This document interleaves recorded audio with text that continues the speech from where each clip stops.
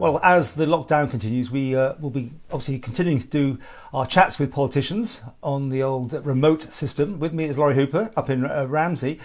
I thought I'd start, Lawrie, with this whole thing about question time in the House of Keys, particularly this week. I mean, I know it happens on a regular basis, but I can't remember hearing so few answers orally and then not going for extra time. I think you've got an opinion on this, haven't you?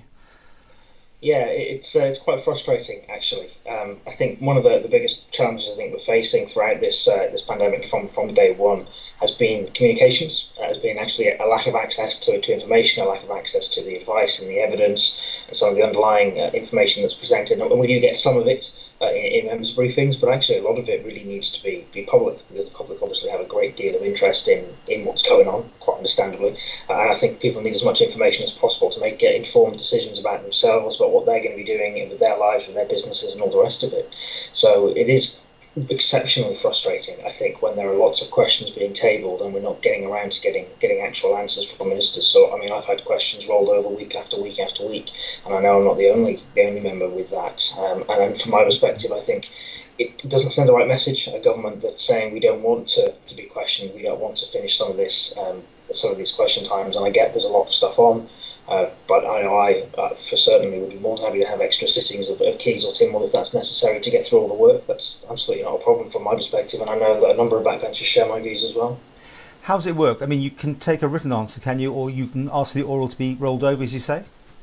Yeah, so in Keys you can take one or the other. So sometimes we take written answers, which is helpful if you're trying to get some detail out of them. But sometimes the reason you're asking an oral question is because it's easier to highlight issues with an oral question than it is with a written one. It's also easier to follow up in the moment. So sometimes if it's an urgent issue, which I think a lot of the stuff around the vaccination programme, for example, we know that the longer we wait to make changes to policy, the more people miss out, the more doses don't get administered as quickly as possible. So if you are waiting for answers to questions because you have to do it written, or you have to wait week on week, actually you're not able to progress the conversation, you're not able to progress some of that debate and put a bit of pressure on government to change policy. So it is, like I say, very frustrating that we end up in this situation. And basically this down to a Coman block vote. They're all deciding not to allow it, and therefore they really almost carry it. I think Chris Roberts-Shaw joined the vote, but that was it, wasn't it? Yeah, so it's relatively common. So the procedure for extending question time is suspending the standing orders, which needs 16 votes. Now, to get 16 votes, you need at least one minister to vote with you, which obviously isn't going to happen when the whole of Coman have decided they've had enough. So in essence, what you get is a situation where council ministers can decide, well, we don't want to carry on, we don't want to finish the question paper, we'd like to get on with everything else that's on the order paper instead. I know there are moves afoot to try and change this process, because I think it is desperately in need of change, where you've got the executive, the government body, people that are answering questions being able to decide that they don't want to answer any more questions. I think that's a bit of a surreal situation. And what other things are you waiting to hear about? What things are on your mind?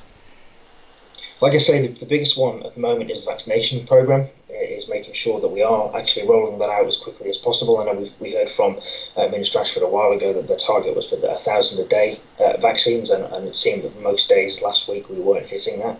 It seems like we are back up to that now, so I think the stats from yesterday showed just over 1,000 vaccines. So again, it's trying to get a better understanding really of what the delays are, why we're not perhaps vaccinating as quickly as we think we should be. And it's just that inconsistency in messaging. So we're told things by the government like we're on track, we're as fast as the UK, we're doing as well as the UK, when we know actually it's not quite that straightforward. So we know that the UK, for example, their JCVI, the committee that's made all these recommendations about vaccinations, has basically been recommending that we prioritise the first dose since day one, really. That's what they've done in the UK. And the evidence may not have been there at the start when they made that decision, but it is definitely there now, and it has been for quite some time. And yet it's only very recently the government changed its position to do that, to move to a longer interval and to start prioritising that first dose. And so that's left us quite a way behind the UK on getting those absolutely vital doses into people.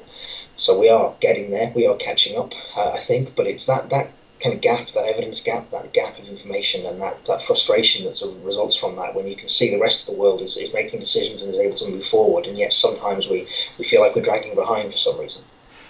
Communication is what I'm hearing when you say this. It's all these people that work in comms and government. I mean, yet there's a failure sometimes to hear a positive message sometimes coming out of the government, especially in the press conferences. They seem to struggle sometimes, depending on who's being put up. Yeah, it's an interesting one. I think partly it's the nature of the beast. Government isn't used to sharing the inner workings with the public. They never, rightly or wrongly, that's just the way that the system is. And so when you're in a situation like this where there is an absolute clamour for information, it's difficult, I think, for them to change gear and just flip things on its head and say, actually, we are going to share things with you. And this is why last month, or earlier this month, in Tynwald, Tynwald supported almost all the backbenchers voted for this, was an expansion of the emergency advisory group to actually get some independent input, some independent advice, so that can be published and that can be seen, and actually we can have a two-sided conversation then about what the right way forward is for the island, as opposed to being entirely reliant on government. And I expect you in the press feel a similar sort of frustration when you're at these press briefings asking questions and you don't really get the answers that you're looking for sometimes. It'd be good if there was another perspective, another voice that you could ask the same questions to about, vaccine rollouts and efficiency and lateral flow testing and all the other stuff that the government seems quite nervous about discussing. If you had someone else you could pick up the phone to and say, actually, let's ask some independents, experts, what their view is on some of these things and see where we end up. Well, at least you go back for supplementaries. I do, others do, but it's frowned upon almost. It feels like a battle sometimes, and that's quite different to a place like Guernsey. We bring that up all the time, where they seem to really embrace the whole thing, and of course they put their the clinicians up as the sort of front end of this thing. It's odd, isn't it? You kind of the way we work it here. Do you think? Yeah, I'd agree with that. I would much rather hear from the clinicians about the clinical stuff than from politicians. But equally, I think it is important that the politicians themselves answer questions, because I think they've been quite honest about this very recently, where they've said actually a lot of the decisions are judgment calls. It's a balance between the medical side, the economic side, the social side, and they've got to balance all those things together and take a judgment call, and that's absolutely fine. But then they should be willing, I think, to explain that judgment call a bit more, to talk us through how they got there, the decision they made, the evidence they used to make that decision. And so I think there's got to be a balance between who you put in front of the camera, who's answering the questions. But I certainly would agree with you that actually there's no harm at all in answering these questions. So why wouldn't you? Why is there that defensiveness? I don't know. You're one of the key experts on doing this. When you hear an answer in Keys or Tynwald, you hear something, then you immediately go back and say, well, please answer the question. And that's how I think we feel, and the public sometimes feel, where they don't hear an answer. Yeah, that's quite a common frustration, I think, amongst backbenchers, is you ask a question and you do get some kind of an answer, but often it isn't answering the question.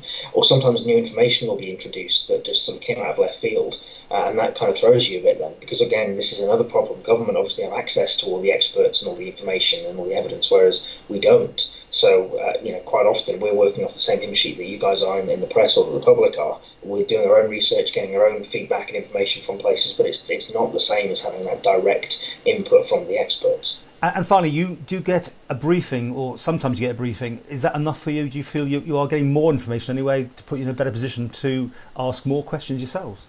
It's a difficult one, because I appreciate that they are doing the briefings for us. So we had one again this morning. They last about half an hour. They're quite strict with that. They're keeping us to half an hour.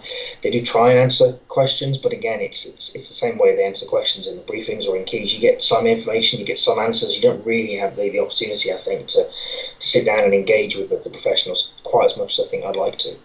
And the end is in sight, hopefully anyway, as far as once we get the vaccination underway.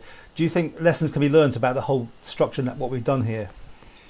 Well, absolutely. I think at the end of this, I think when we do come out the other side, which we are looking like we're going to now this year, I think there will have to be someone step back and take a look back over the last year and a half and say, well, actually, what did we do well? Because let's be honest, a lot of stuff was done quite well, but equally, what didn't we do quite so well? What could we learn from? And some of that work's ongoing now. So I'm Vice Chairman of the Public Accounts Committee, and we are, as you're aware, looking into the steam packet issue, the whole index case. How did this particular outbreak start? Where were some mistakes made? Were mistakes made?